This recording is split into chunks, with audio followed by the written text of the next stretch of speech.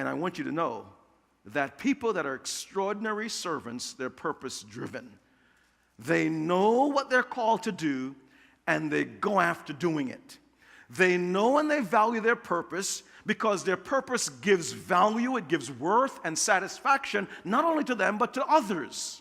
Your purpose is bigger than your job. Don't allow yourself to fall into the trap that my purpose is my job. In some instances it might be, but in other instances it's not. Your job is not necessarily your purpose. Look at Nehemiah in the Bible. What was his job? A cupbearer, to sip the wine before the king sipped it. So if someone's trying to poison the king, Nehemiah would keel over. But that wasn't his purpose. He had such bigness in him that he wanted to go back to Jerusalem and rebuild a city. And he did that with the king's approval. I want you to realize that your job does not indicate that to be and does not equate to be your purpose. Your purpose is something that pulsates deep within you. It's established when you know your shape. Spiritual gifts for the S. H, your heart. A, abilities. P, personality. E, experiences. When you know your shape, you know your purpose. Your shape depicts your purpose. Your shape defines your purpose. Your shape points you to your purpose. You discover your purpose when you understand these two questions. What do you hate the most? What do you love the most? And Paul loved to see people built up. Paul loved to see people established, and so did Barnabas. But they had a disagreement over one thing, the person of John Mark. But I want you first to understand, extraordinary servants, they have to be purpose-driven. Let me ask you the question. Are you purpose-driven? I'm saying, are you really focused on who you are, your mission? Are you driven to establish what God's put you here for on this planet? And are you serving His interests and His purpose and His desire for you? Are you purpose-driven, sir? Ma'am, are you purpose-driven? I remember this lady came to me and said, Pastor, would you pray with me? I just want to go to the missions field. I just feel that's my calling. I got these three little kids, and they just really get in the way. I said, time out, time out, time out, time out, time out, time out. Your three little kids are not in the way of your purpose. Before I pray, let's get our thoughts right. Your three kids are part of your purpose. You're a mom to those kids. And there are many of you in this room that because you have this missional drive and goal, you think your family is in the way. Think about it.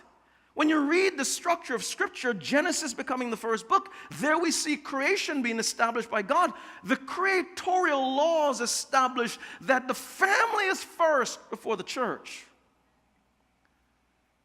The family is part of your service and purpose. And so you have to realize that.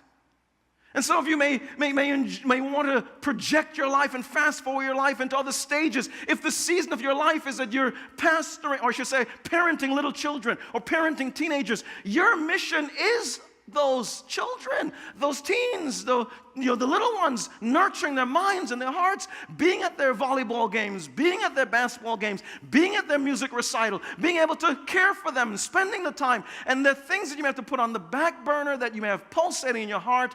And you know what happens? I've been through those years.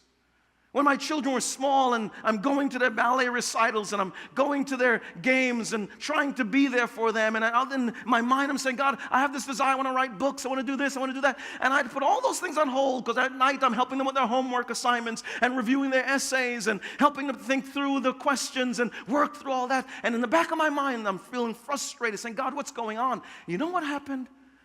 What I learned was this afterwards, that the frustration, it worked character in me. And it also worked clarity and passion. So as my daughters grew and became more independent, and I had time to be able to give myself to what I felt was part of my purpose, I now wrote more passionately and with greater clarity because the frustration, God used it to work character and passion.